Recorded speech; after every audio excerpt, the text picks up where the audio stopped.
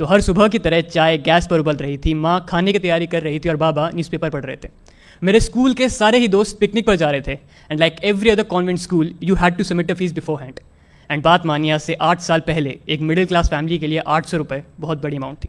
तो मैंने बड़ी हिम्मत करके अपने बाबा से परमिशन मांगी। मैंने पूछा, बाबा क्या मैं जा सकता हूँ? उन्होंने पहली बार में तो कोई जवाब नहीं दिया, तो मैंने अपना सवाल फिर से पूछा। इस बार उन्होंने न्यूज़पेपर हल्का सा नीचे करा, मुझे देखा और मना कर दिया। बाबा की आज तक कोई बात नहीं काटी थी, लेकिन उस दिन मैं अपने बचपने में जिद करने लगा। मैंने कहा, बाबा जाने दो ना, सब जा रहे हैं। उन्होंने गुस्से में कहा, मना कर दिया ना एक बार, समझ में नहीं आता। मैंने भी तैश में स्कूल बैग उठाया, साइकिल निकाली और फ़ौरन स्कूल चलाया।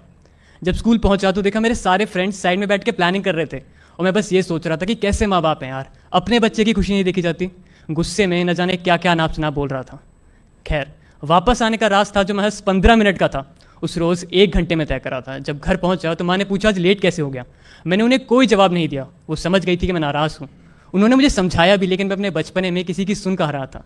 शाम को बाबा घर आए। उन्होंने बड़े प्यार से मुझे अपने पास बुलाया और समझाया कि बेटा फाइनेंशियल हालत सही नहीं है, समझो, अगली बार चले जाना। लेकिन मैं अपने बचपने में और गुस्से में न जाने क्या क्या अनाप शनाप बकने लगा। शायद इतना कि उनका हाथ उठ गया था मुझ पर। वो गुस्से में बोले, न जाने कब बड़ा होगा ये, हर वक्त जिद, हर वक्त बचपना। उस रात में खूब रोया था, शायद इतना कि रोते रोते खाली पेट ही सो गया था। जब रात में भूख से हल्की सी आंख खुली तो देखा माँ बाबा बात कर रहे थे। माँ ने बाबा से कहा, भेज देते हैं ना, साल में एक बार ही तो जाता है, वो भी खुश हो जाएगा। बाबा ने कोई जवाब नहीं दिया, वो बस उठे और बाहर टहलने चले गए थे। अब मुझे रात भर उतावलेपन में नींद तो नहीं आने वाली थी कि शायद अब सुबह पैसे मिल जाएंगे और मैं पिकनिक पर जा पाऊंगा। सुबह हुई, बाबा मेरे पास आए। उन्होंने मुझे पैसे थमाए और कहा, ये लो, पिकनिक पर चले जाना। एक पल को मेरी खुशी का ठिकाना नहीं था। मैंने फ़ौरन साइकिल निकाली और स्कूल की तरफ चल दिया। घर से थोड़ा दूर पहुंचा था कि याद आया, जो उतावलेपन में लंच तो घर भूल गया है। वापस घर आया तो देखा माँ बाबा फिर से बात कर रहे थे। माँ ने बाबा से पूछा, पैसे कहाँ से आए?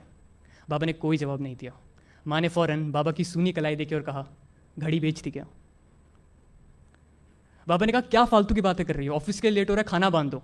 मैं अभी भी दरवाजे पर सुन्न खड़ा था, आंखों में आंसू लिए बस यही सोच रहा था कि सही में बाबा ने मेरी खुशी के लिए दादाजी की आखिरी निशानी भी बेच दी। क्या सही में मेरा सैर सपाटा उस घड़ी से ज़्यादा ज़रूरी था? खैर, मैं स्कूल आया वापस। अब पिकनिक पर जाने का मन नहीं था। वो पैसे स्कूल में जमा करने की हिम्मत नहीं थी। मेरे सारे फ्रेंड्स कह रहे थे, अविनाश चलना, चलते हैं, लेकिन अब बस जी से नहीं था।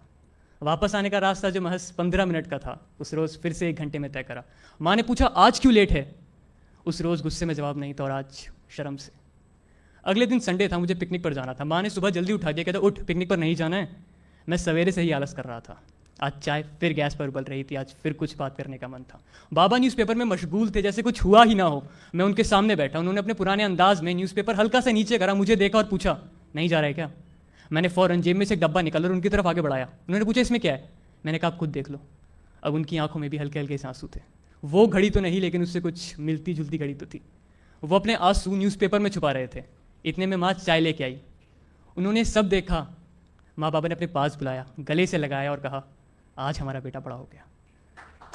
तो हम शायद कभी कभी अपने बचपने में अपने माँ बाप का प्यार, वो सैक्रिफाइस, वो सब भूल जाते हैं, लेकिन वो कभी भी हमारे लिए अपना प्यार कम नहीं होने देते हैं। So from this stage, I just want to say one thing. I love you, Mom, Dad, and thanks for all the sacrifices you've ever done for me.